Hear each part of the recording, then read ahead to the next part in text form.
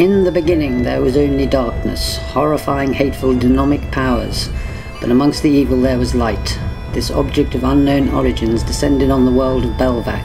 Its light and power was too great, and banished the darkness into the rest of its large demonic plains of oblivion that stretched over most of the universe. From the light came life, trees, plants, and then final creatures rose up, and amongst them was a subhuman race which was called the Guardians. The Guardians were descendants of the great life itself and its powers. They called it the life source, since all life was created through it, and without it all hope for life will end. The Guardians worshipped it, are bound by it. They vowed to protect the light source with their lives against the great evil of the darkness. But as the years became decades, centuries, millenniums, and then eons, ancient history turned into belief and stories became legend, and make-believe as something told to scare children until all was forgotten about the great horrors of the darkness.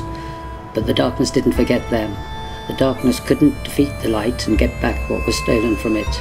But through its hatred and from studying how the light created the Guardians, the darkness attempted to make its own warriors. From the darkness came evil, twisted, horrifying creatures that reflected the darkness in all its forms. For eons the darkness constructed its armies and lay in waiting for the perfect time to strike.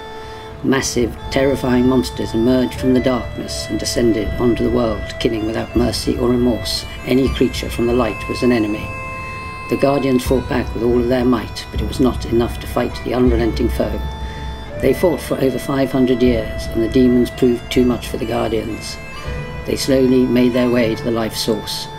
Unable to destroy it, the disgusting, repulsive creatures put a curse on the life source instead.